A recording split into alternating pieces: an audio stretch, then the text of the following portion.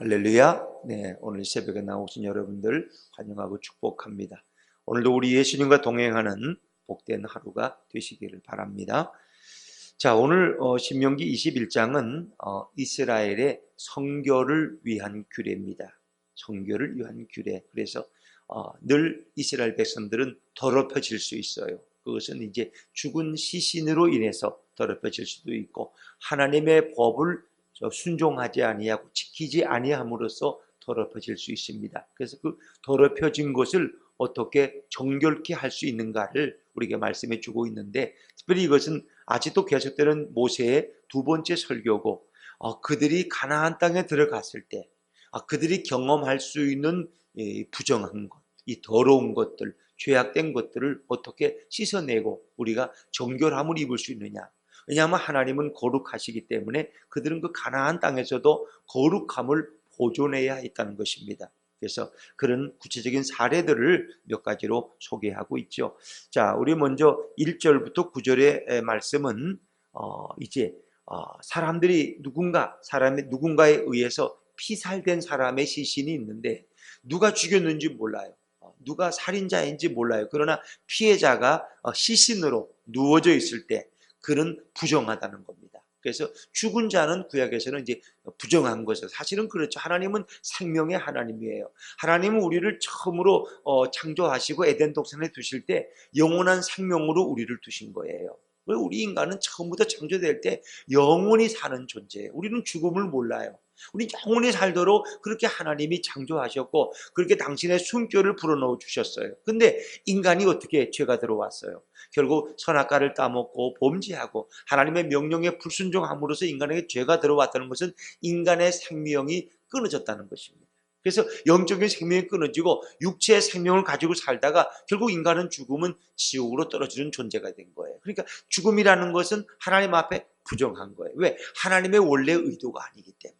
그래서 죽은 시체는 부정한 거예요. 시체를 건드린 자, 시체를 만진 자, 그 옆에 있던 자는 다 부정해지는 거예요, 여러분. 그래서 하나님이 무슨 죽은 자하고 원수진 것이 아니라 하나님의 원래의 계획은 인간을 영원한 생명으로 축복하는 거예요. 근데 인간이 범죄함으로 죄가 들어오고 그 죄의 결과가 뭐예요? 죽음이에요. 욕심이 잉태한 즉 죄를 낳고 죄가 장성한 즉 뭐예요? 사망을 낳느니라. 그러니까 하나님은 죽음을 좋아하지 않는 거예요. 하나님은 우리에게 영원한 생명을 주기 위해서 예수님을 이 땅에 보내시는 거예요.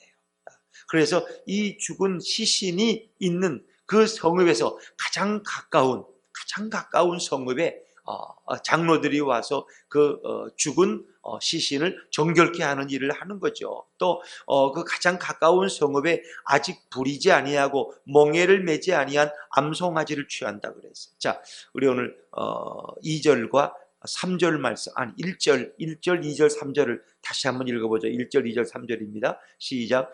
내 하나님 여호와께서 내게 주어 차지하게 하신 땅에서 피살된 시체가 들에 엎드러진 것을 발견하고 그 쳐 죽인 자가 누구인지 알지 못하거든 너희의 장로들과 재판장들은 나가서 그 피살된 곳에 사방에 있는 성읍의 원근을 잴 것이요 그 피살된 곳에서 제일 가까운 성읍의 장로들이 그 성읍에서 멍에를 매지 아니한 암송아지를 취하여 그랬습니다.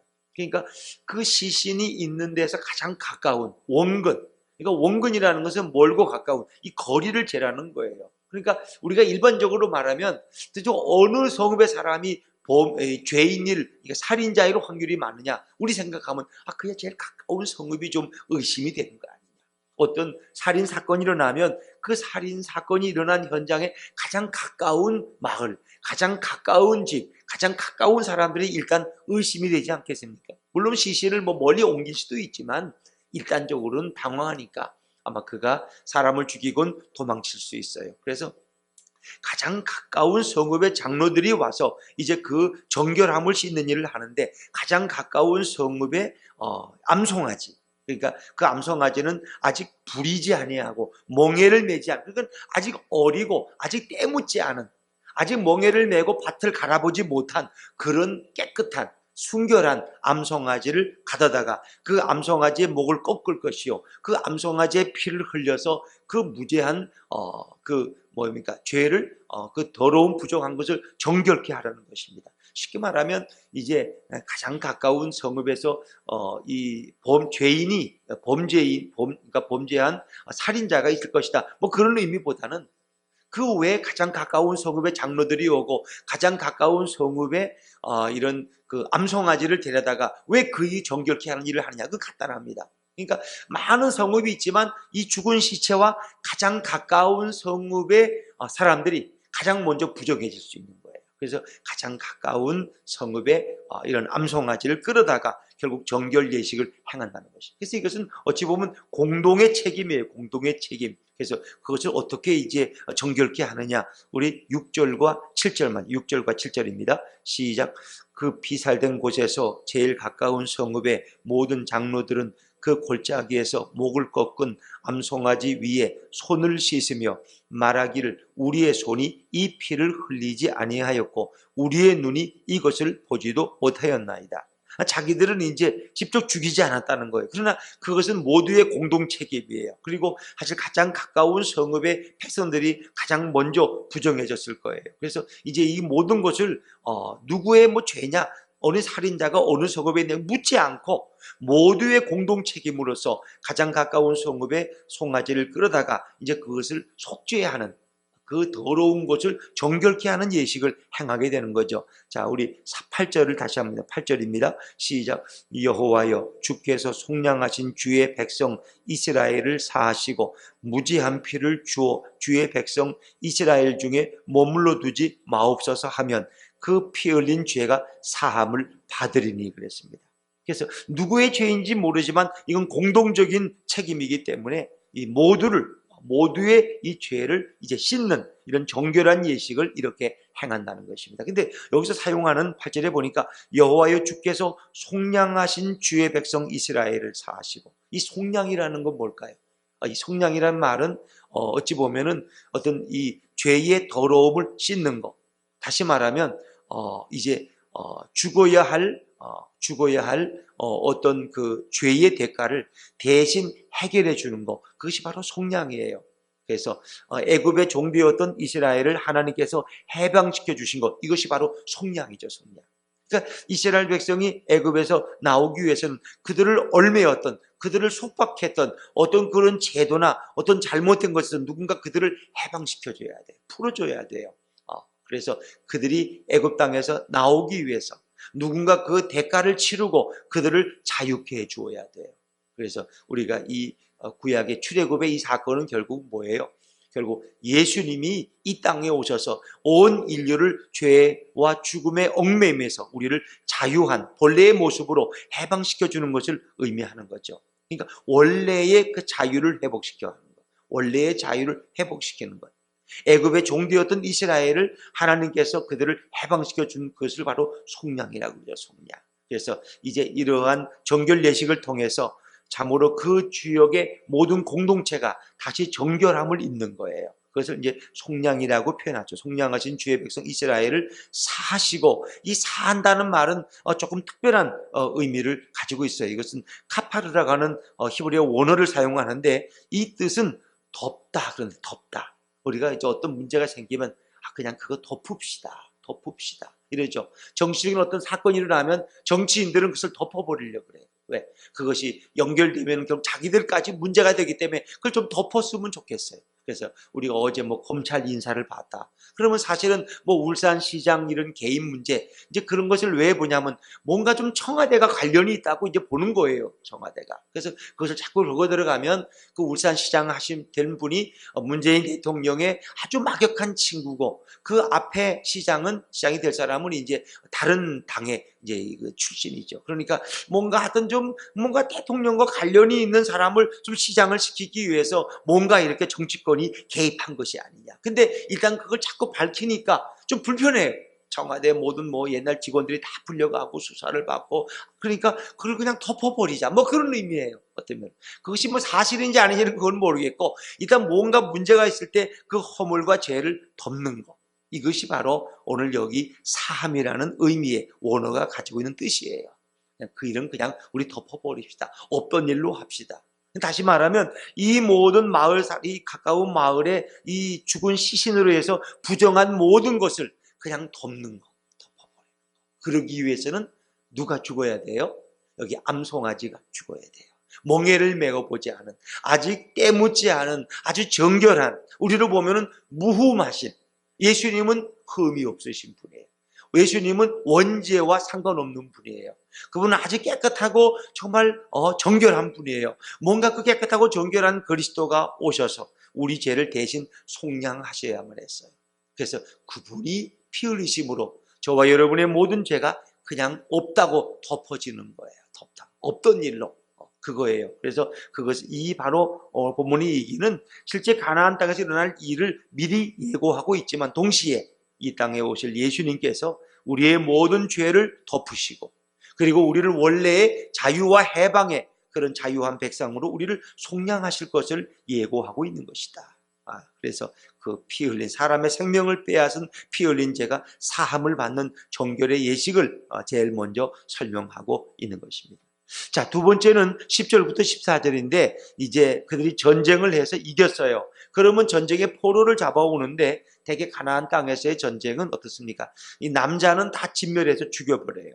그런데 이제 여인과 아이들은 살려둔다는 거죠. 그래서 그 여인 중에 한 여인을 정말 자기의 아내로 삼고자 했을 때 이런 정결, 그러니까 이방인 여인이에요. 이방인 여인. 그러니까 이방인들은 부정한 것이고 이방인들을 우리의 아내로 삼으려면 그 이방인들의 더러움을 씻는 그런 예식을 가져야 돼요. 그래서 어떻게 이제 그런 일을 하느냐 그런 얘기인데, 자, 우리 10절, 11절 말씀 다시 한번 읽어보죠. 10절, 11절입니다. 시작. 내가 나가서 적군과 싸울 때에 내 하나님 여호와께서 그들을 내 손에 넘기심으로 내가 그들을 사로잡은 후에 내가 만일 그 포로 중에 아리따운 여자를 보고 그에게 연연하여 아내를 삼고자 하거든. 하필이면 이방인들과 전쟁을 했는데 그 포로로 끌려온 여인이 너무 예뻐서 내 마음을 사로잡아. 그래서 그 여인을 내 아내로 삼아야 돼요. 그때 어떻게 하느냐는 거예요. 12절에 보니까 그를 너의 집으로, 내 집으로 데려갈 것이요. 그는 머리를 밀고 손톱을 베고. 이 머리를 밀고 손톱을 벤다는 것은 그 이방인 여인의 부정함을 씻어주는 거예요. 그것이 그런 의미가 있다는 거죠. 정결 예식에 있어서. 그래서 그의 머리카락을 다 밀어버리는 거, 그리고 그의 손톱을 베어버리는 거, 이것이 그 여인을 정결케 하는 예식이에요. 그리고 13절에 보니까 그 포로의 의복을 벗고, 의복을 야곱이 이렇게 이제 죄를 해결하기 위해서 그가 그 재단을 그 베델에 올라갈 때 의복을 다 벗어버렸죠. 그러니까 의복을 벗는다는 것은 어떤 회개의 의미를 가지고 있어요. 그래서 옛사람을 벗어버리고 우리는 그리스도 안에서 새로운 사람을 입잖아요. 그래서 그 포로의 옛날 의복을 다 벗기는 거예요. 그리고 내 집에 살며 그 부모를 위하여 한 달 동안 애곡한 후에, 이것도 하나의 정결 예식이에요. 그래서 이 포로가, 이 여인이 잡혀온 자기의 그 부모로부터의 단절이고 과거의 모든 삶으로부터 완전한 단절을 의미하는 이런 예식을 행한다는 거예요. 그리고 그 여인을 자기의 아내로 삼아요. 그래서 행복하게 살아야 되는데 살다 보니까 또 마음에 안 들어. 저는 이쁜 것 같아. 이쁘지가 않아. 그러면 그 여인을 결국 자유를 줘서 내보내야 돼요. 내보내야 돼. 근데 내보낼 때는 자유를 줘서 그 내보내야 되지. 그를 종으로 남에게 팔면 안 돼요. 왜? 자기의 아내가 되었던 사람이기 때문에. 그 여인은 이미 이방 여인이지만 이런 정결 예식을 통해서 유대인과 동일한 정결함을 입었어요. 그 여인이 부정한 것을 다 씻어버렸기 때문에 그 여인은 이제 종이 아니에요. 그래서 그 여인은 자유인으로 그냥 자유를 주고 내어보내라. 뭐 그런 거예요. 그래서 이런 것들은 이제 이스라엘 백성들이 이방인으로 인해서 그런 결혼으로 해서 더럽혀지지 않기 위해서 하나님이 정하신 그런 정결의 예식이다. 여러분 이해하시면 됩니다. 그리고 또 한 가지 우리가 참고로 할 것은 이스라엘 사람들은 이방 여인들과 결혼하는 것이 허락이 되었어요. 일부. 그래서 가나안 여인들과는 결혼을 못해요. 그건 하나님이 절대로 금하죠. 왜? 가나안 여인들은 우상 숭배에 완전히 찌들은 여인들이에요. 그래서 그들과 결혼을 하면은 이 보통 심각한 문제가 아니에요.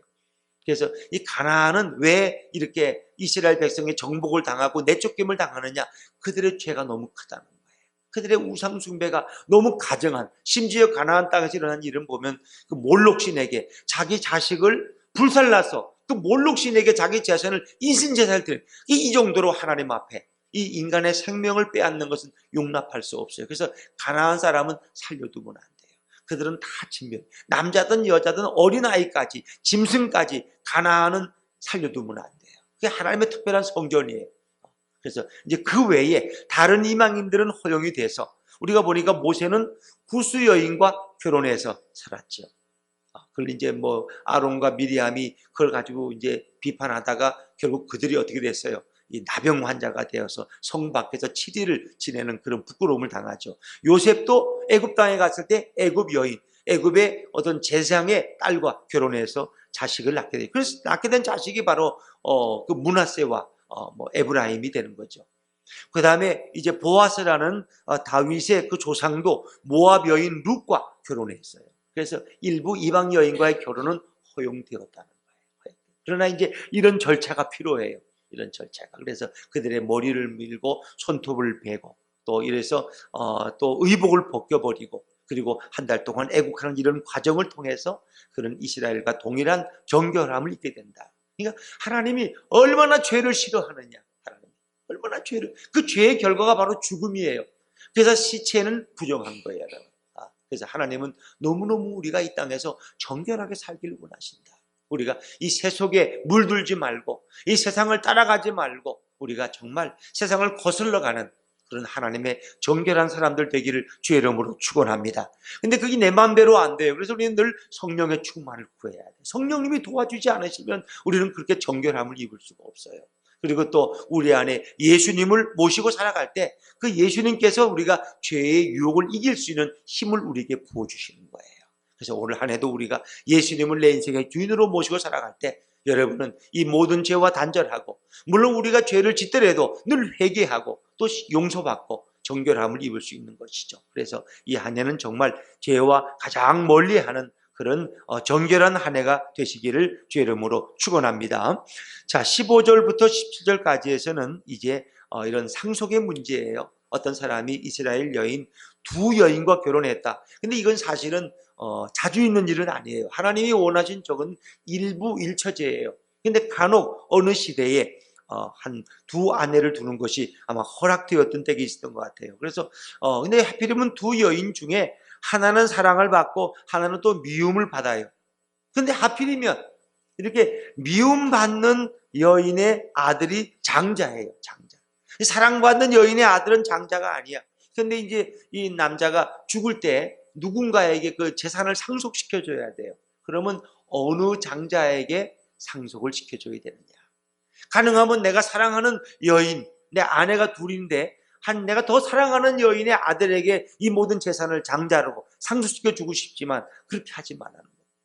내가 미워하는, 별로 덜 사랑하는 여인의 아들이 장자라면 그에게 재산을 상속시켜 주어라. 이게 하나님의 법이에요. 이게 공의로운 법이라는 거예요. 그런데 만약에 하나님의 법을 어기면 이것은 부정해지는 거예요. 더러운 죄를 짓는 거예요. 그 죄의 결과는 죽음이에요. 그런데 하나님께서는 그것을 엄히 금하셨어요. 인간의 이런 어떤 욕적, 사랑하고 미워하고 이런 감정 때문에 하나님의 공의를 넘어뜨리지 말라는 것입니다. 우리도 우리 사람들도 우리도 그렇죠. 우리도 이렇게 교회에서 똑같은 사람들을 만나도 어떻게 해요? 좀 빨리 친해지는 사람이 있고 좀 뭔가 거리감이 있는 사람. 아파트에 사는 분들도 같은 동에서도 빨리 친해지고 빨리 인사하는 분들이 있는가 하면 뭔가 저 사람하고는 좀 대화가 안 될 것 같아. 그래서 좀 이렇게 어려운 분들이 있어요. 우리는 자꾸 감정에 의해 좌우되죠. 그래서 교회에서도 좀 동네가 같다든가 고향이 같다든가 뭐 같은 동문이라든가 말이 통한다든가 이러면 더 빨리 그 사람하고 친해져요. 그리고 안 그런 사람하고는 또 멀어져. 그 멀어지면 뭐 자기하고 나하고 무슨 감정이 있는 것도 아닌데 이제 뭔가 좀 이렇게 사이가 멀어지고 뭔가 좀 어떤 경우에는 좀 이렇게 냉정해지고 그래요. 근데 하나님은 그렇게 하지 말라는 것입니다. 누구하고만 유독히 더 친하지 말고 누구하고도 멀어지고 이렇게 하지 말라는 거예요. 우리는 그리스도 안에서 모두를 다 똑같이 사랑하고 똑같이 대하라는 거예요. 물론 사람이니 그럴 수는 없어요. 그러나 하나님의 교회는 세상과 달라야 되지 않겠어요? 세상은 뭐 어떤 클럽끼리는 더 가까워질 거예요. 뭐 어떤 이 동탄에 오면 무슨 어머니들 모이는 뭐 맘클럽, 뭐 그들은 자기들끼리 가까워질 수 있죠. 세상은 그래요. 같은 어떤 동질정이 있으면 더 가까워져요. 동질성이 없으면 더 멀어져요. 근데 교회는 그런 것이 아니라 그리스도의 사랑으로, 그리스도의 피로 모인 우리들은 누구라도 똑같이 사랑하고 똑같이 여겨야 된다는 거예요. 그러니까 교회가 자꾸 세상을 따라가면 안 돼요. 세상을 따라가면. 세상에 뭐 이런 클럽, 이런 모임, 이런 것이 교회 안에 들어오면 교회도 세상하고 똑같아지는 거예요. 그래서 친한 사람들끼리만 어울려. 커피 먹으러 가도 누구만 와. 딴 사람은 데리고 오지 마. 제가 전에 한번 얘기해요. 어떤 교회에서는 이렇게 주방에 봉사하는 분들끼리 이제 이렇게 한번 야유회를 가. 근데 거기 별로 반갑지 않은 새신자가 하나 들어왔어요. 언제 얼마 안 돼. 근데 별로 호감이 아니야. 비호감이야. 근데 우리끼리 내일 놀러 다녔는데 저 사람이 들어오니까 왠지 굉장히 불편해. 대화도 안 되고. 그러니까 놀러 가야 되는데 이제 뭐 어느 월요일이나 공휴일에 9시에 출발한다. 그래놓고는 자기들은 실제 연락을 다시 한번 해가지고 8시에 출발해 버렸어. 그분이 와보니까 아무도 없어. 아니 분명히 9시에 출발한다 그랬는데. 자, 이거 어떻게 생각해요? 우리 늘 이룰 수 있어요. 누구는 꼭 빠졌으면 좋겠어. 우리 모임에 하루 종일 가서 생활하는데 안 끼었으면 좋겠어. 그래서 의도적으로 시간을 자기들끼리만 바꿔가지고 나가는. 자, 이게 하나님의 교회예요? 아니에요. 이 성도의 모습이에요? 아니에요. 근데 한국 교회는 이런 데 너무 물들어 있다는 거예요. 뭐 꼭 이런 방법은 아니지만 뭔가 누구를 빼뜨리기 위해서 자기들끼리 이렇게 좀 친한 사람들끼리 쏙싹쏙싹 되고, 그래서 그것이 교회의 어떤 분파가 되고 당파가 되고 패거리가 되어서 교회가 어떤 분란이 생길 때 그분들끼리 모이는, 이건 바람직하지 않다는 거죠. 그래서 오늘 이런 문제들도 공정하게, 그가 미워하는 여인이든 사랑하는 여인이든, 미워하는 여인의 아들이 장자라면 그에게 모든 재산을 상속시켜 주라는, 그것이 하나님의 공의라는 것입니다. 그렇게 하지 않으면 죄를 짓는 거고, 죄는 결국 너희 자신을 부정하게 더럽힌다고 하는 것이 여기에 중요한 의미로 있습니다. 또 18절에서 21절까지는 뭐 어려운 문제 아니에요. 이런 완악하고 패역한 아들이 있을 수 있어요. 그런 아들은 어떻게 해요? 돌로 쳐 죽이라는 겁니다. 자, 20절 21절 말씀, 20절 21절 같이 읽어볼까요? 시작. 그 성읍 장로들에게 말하기를 우리의 이 자식은 완악하고 패역하여 방탕하며 술에 잠긴 자라 하면 그 성읍의 모든 사람들이 그를 돌로 쳐 죽일지니 이같이 내가 너희 중에서 악을 제하라. 그리하면 온 이스라엘이 듣고 두려워하리라. 아멘. 그러니까 누구나 다 자녀들과 순종하고 착한 자녀가 되기를 원해요. 부모에게 공경하고. 근데 때로는 그렇지 못한 자녀도 있다는 거예요. 그가 뭔가 완악하고 패역하다는 거는 자기 부모도 막 대들고 부모에게도 함부로 행하는 이런, 그리고 하나님의 말씀에 순종하지 않는 이런 완악하고 패역한 자식이 있어요. 그래서 이건 공동체의 악이에요. 그래서 그를 어떻게 해요? 결국 성문에서 돌로 쳐 죽이라는 거예요. 그러니까 죄를 끊어버리라는 거예요. 그 죄를 그냥 용납하면 전염병 같은 죄가 결국 온 성읍을 다 버려놓기 때문에 그 죄를 끊어버려야 돼. 그래서 그를 돌로 쳐 죽이는 아주 최고의 이 극악한, 극도한 이런 사형을 그에게 언도하게 되는 거예요. 이것이 이제 죄를 싫어하시는 하나님의 모습이에요. 그의 완악함으로 인해서 그 성읍의 다른 젊은이들이 오염되고 전염될 수 있다는 것입니다. 이게 문제예요. 하나님은 공동체 속에 죄가 들어오기를 원하지 않으세요. 그래서 정말 우리 이런 한국 교회의 모습 속에서 이런 그 외식하는 모습, 형식적인 예배, 또 위선적인 모습. 그래서 성경에 보니까 예수님이 너희는 외식하지 말라. 바리새인의 외식을 배우지 말아라. 그래서 아니 예수님께서는 우리가 뭐 짜장면 시켜 먹는 것까지도 이렇게 외식이라고 하지 말라 그러실까? 근데 그런 외식이 아니잖아요. 인간이 두 마음을 품는 거, 겉과 속이 다른 거, 사람들 앞에서는 착한 척하지만 돌아서면 악을 품는 거, 이게 다 외식이고 위선이에요. 그렇게 하지 말라는 것입니다. 그렇게 하지 말라는 거. 하나님은 그 악을 싫어하시는 거예요. 싫어하시는 거예요. 오늘 이 자식의 완악하고 패역한 것이 이스라엘 공동체를 다 오염시킬 수 있기 때문에 그를 돌로 쳐 죽이라. 악을 끊어버리라. 네, 공동체가 거기 오염되면 안 되니까. 그래서 결국 또 이 말씀은 바꿔 말하면 죄는 반드시 대가를 치른다는 것입니다. 범죄하는 아들은 죽임을 당해야 된다는 것입니다. 이 말씀은 뭘 의미해요? 우리는 다 범죄했기 때문에 우리는 다 죽을 수밖에 없는 아니, 우리에겐 사형이 선고되었어요. 우리에겐 죽음이 선고되었어요. 그런데 우리는 당연히 죽은 자고 죽어야 함에도 불구하고 우리를 살리시기 위해서 누가 오신 거예요? 예수 그리스도가 오신 것을 믿으시기 바랍니다. 죄의 결과는 죽음이에요. 그럼 반드시 이 공동체에서 없어져야 돼.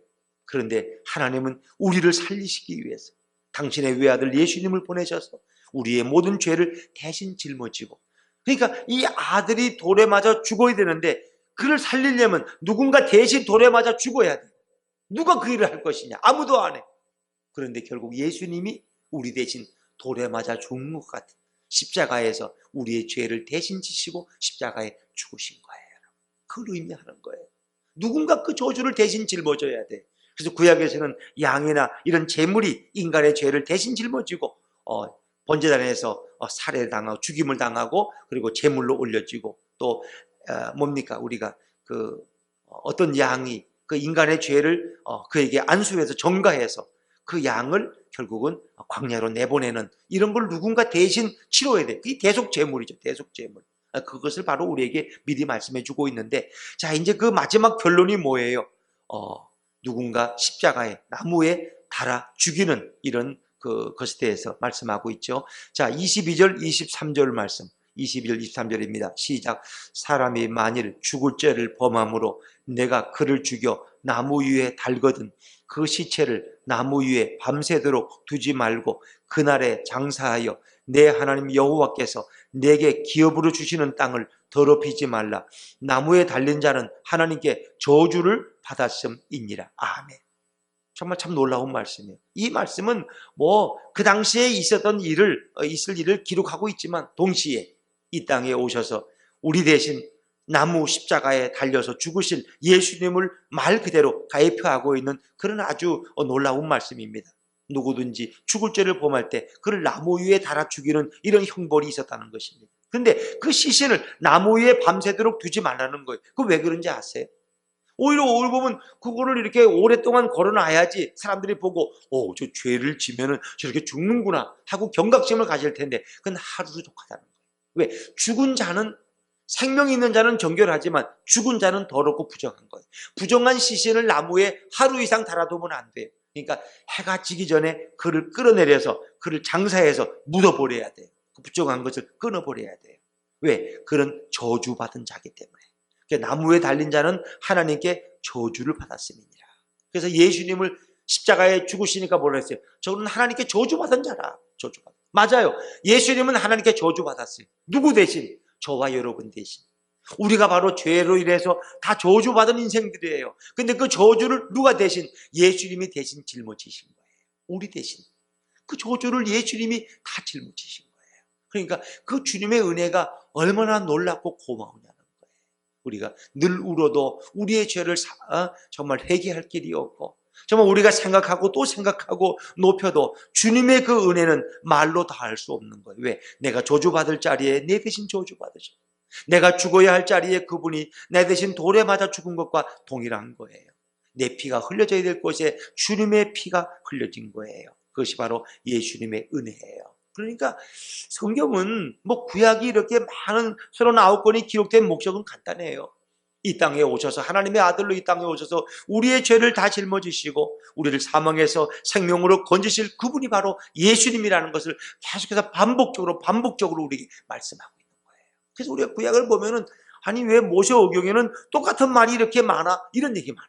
이 사람을 죽인 거에 형벌 이런 거는 여러 번 나와요. 이 지금 나무에 달린 자는 저주받은 자, 이거 여러 번 나와요. 성경 찾아보면 다른 성경에도 많이 나와요. 모세오경에. 근데 왜 이렇게 반복되느냐? 간단합니다. 이건 이 땅에 오실 예수님의 그 하신 사역이 무엇인가를 성경은 계속 우리에게 반복적으로 말씀해 주고 있는 거예요. 오늘도 우리는 예수님을 깊이 생각하라. 예수를 바라보자. 왜? 그분의 은혜가 너무나 놀랐기 때문에 오늘도 또 생각하고 또 감사하며 또 찬양하며, 그 은혜 안에서 오늘도 주님이 우리를 위해 죽으신 것은 바로 죄 때문에, 우리의 죄 때문에. 그래서 오늘 우리가 정말 이 죄로 인해 다시 우리의 몸이 더럽혀지지 않도록 성령의 충만을 구하고 오늘로 예수님의 은혜 가운데 주님을 모시고 살아가는 저와 여러분의 하루가 될 수 있기를 주의 이름으로 축원합니다.